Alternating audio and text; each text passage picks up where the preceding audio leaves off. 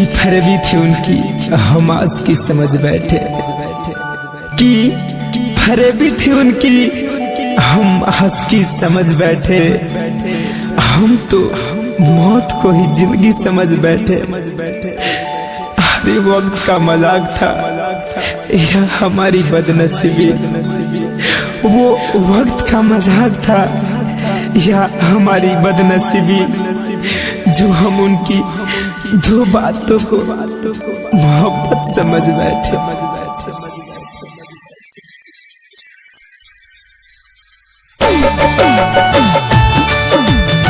Music by Shiv Manmohan.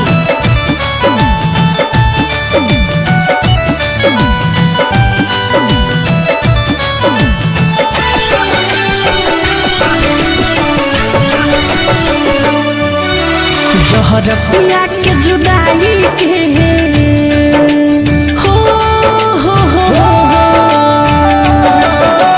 जहर पिया के जुदाई के जियल कैलू मुश्किल, खून के आंसू हमार रोवत दिल, खून के आंसू हमार रोवत दिल।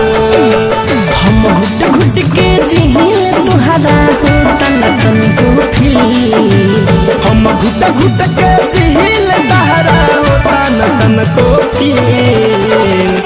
खून के आंसू हमार रोवत दिल है, खून के आंसू हमार रोवत दिल।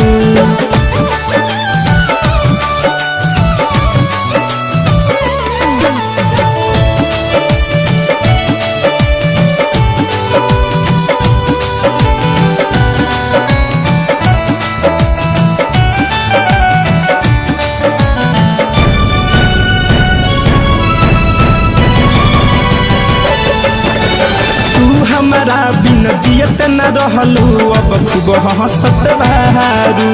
कवन कारण आज नागिन बन के हमारा के डहसत बारू।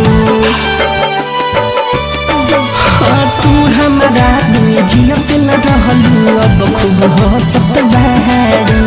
कौन कारण आज नागिन बन के हमारा के डहसत बारू।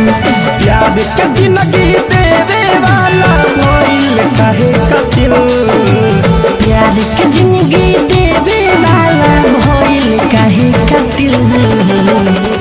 खून के आंसू हमार रोवत दिल है, खून के आंसू हमार रोवत दिल।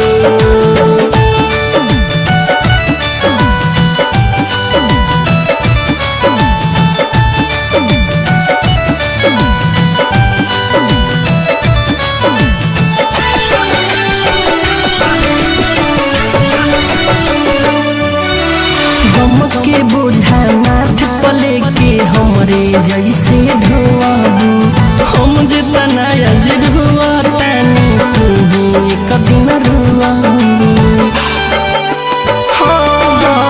गम के बोझा माथ पले के हमरे जैसन ढोआबू, हम जितना आज रोआतानी तू एक दिन रोआबू। महेश परदेसी मीठू के कइल मोहब्बत में, मुकुंद मणि धनंजय के कइल मोहब्बत में। खून के आंसू हमर रोवत दिल है, खून के आंसू हमार रोवत दिल। हम घुट घुट के जिहिल तुहरा हो तन तन को फिर, हम घुट घुट के जिहिल तहरा हो तन तन को फिर।